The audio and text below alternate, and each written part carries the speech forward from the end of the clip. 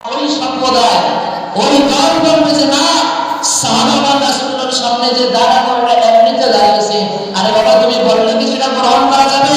যেখানে বিষ্ণু ব্যাখ্যা গ্রন্থ হাদিসার মিরকাতের মধ্যে মোল্লা আলী কারি রাহমাতুল্লাহি আলাইহি তিনি লেখেন রাসূলুল্লাহর সামনে সাহাবাগণ দাঁড়ালেন, এটা এমনিতেই দাঁড়ায় নাই, এরা রাসূলের সম্মানে রাসূলের তাজিম করে রাসূলকে তারা কিয়াম করেছে। বলুন সুবহানাল্লাহ। আমরা কি শুনেছিলাম যে আল্লাহর নবী যখন মুসা পয়গম্বরের কবরের সামনে দিয়ে যাচ্ছে, আমরা কি শুনেছিলাম? মুসা কালিমুল্লাহ তার কবরের মধ্যে দাঁড়িয়ে সালাত আদায় করতেছে। আমরা সারা জীবন চিন্তা করলাম সালাত মানে নামাজ। আরে বাবা, একটু চিন্তা করে দেখো, রাসূলুল্লাহর পিছনে বাইতুল মুকাদ্দাসে নামাজ পড়ার জন্য 1,40,000 নবী পয়গম্বর দাঁড়িয়ে আছে, আর আমার নবী মুসার কবরের সামনে দিয়ে যাবে, আর মুসা আমার নবীর দিকে না তাকিয়ে সে কবরের মধ্যে দাঁড়িয়ে সালাত আদায় করা শুরু করবে। এটা তো কোনো সময় মেনে নেওয়া যায় না।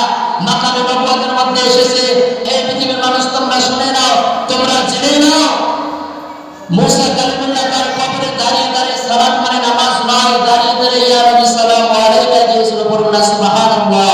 যেহেতু মুসলিম শরীফের মধ্যে এসেছে ইউসাল্লি ফি কুবুরিহি, মুসা আলাইহিস সালাতু ওয়াস সালাম তার কবরের মধ্যে দাঁড়িয়ে সালাত আদায় করতেছে, কিন্তু মূলত তিনি সালাত আদায় করতেছেন না, তিনি দাঁড়িয়ে সরকারে মদিনার প্রতি দরুদ ও সালাম প্রেরণ করছে। বলুন সুবহানাল্লাহ।